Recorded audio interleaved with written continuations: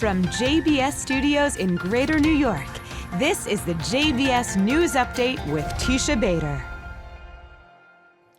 I'm Teisha Bader with the JBS News Update for Wednesday, February the 7th, 2024.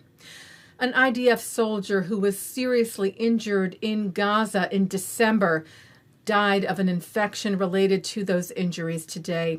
He is 26-year-old Staff Sergeant in Reserve Hanan Drori. Israeli troops continue battling terror group Hamas in Gaza, eliminating terrorists and destroying terror infrastructure. And today the IDF shared the discovery of a Hamas terror tunnel over a kilometer long, just over half a mile, built under the heart of a civilian area, the IDF said, used by senior operatives to hold Israeli hostages and to hide high-ranking members of Hamas. The IDF noting a prison room they found surrounded by bars where they say hostages were kept. And Israeli troops continue to defend against terror group Hezbollah in Lebanon, noting today a launch from Lebanese territory towards the Har Dov area that fell in an open area, and a similar launch to the Shatula area. The IDF saying it attacked the sources of the fire with artillery. And later that IDF warplanes attacked military structures of the Iranian-backed Lebanese-based terror group.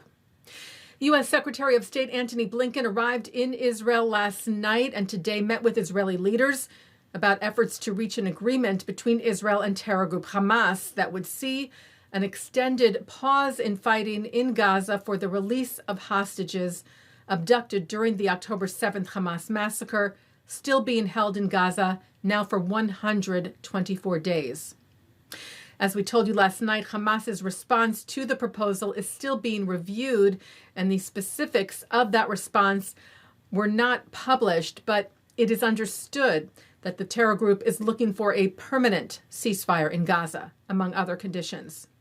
Blinken met today with Israeli Prime Minister Benjamin Netanyahu, where the State Department said they discussed the latest efforts to secure the release of all remaining hostages and the importance of increasing the amount of humanitarian assistance reaching displaced civilians throughout Gaza. Netanyahu and Blinken first held an in-depth private meeting and then an expanded meeting with Israeli defense officials. And the Prime Minister tonight addressed the Israeli public, lauding progress in the IDF mission to defeat Hamas. He said the victory is within reach and that the war with Hamas will be won in a matter of months.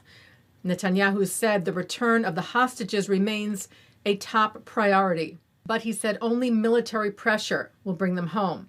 Netanyahu said surrender to Hamas's delusional demands not only would not bring about the freedom of the hostages, it would only invite an additional slaughter.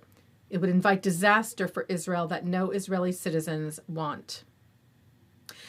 Earlier today, Secretary of State Blinken met with Israel's President Isaac Herzog, where he was cited by the Times of Israel, saying of the proposal, there's a lot of work to be done, but we are very much focused on doing that work and hopefully being able to resume the release of hostages that was interrupted so many months ago. Herzog was cited as saying of the hostages, the situation is dire. And clearly, Hamas is violating every rule of human behavior in this respect. Pope Francis released a letter this past Friday about the spike in antisemitism around the world since the October 7th Hamas massacre. Addressing the letter to my Jewish brothers and sisters in Israel, the pontiff wrote, "The path that the Church has walked with you, the ancient people of the covenant, rejects every form of anti-Judaism and anti-Semitism unequivocally, condemning manifestations of hatred towards Jews and Judaism as a sin against God." The Pope offering prayers for peace and for the return of all the hostages. Taking a look now at our programming for tonight on JBS for Wednesday, February the 7th. At 7 o'clock, it's Defending Israel with JBS strategic analyst David Harris. At 7:30, author Meryl Ain reads from her novel The Takeaway Men. At 8, ISGAP leaders Charles Small and David Harris are joined by Michal Cotler-Wunsh, former Knesset member and Israel Special Envoy for combating anti-Semitism.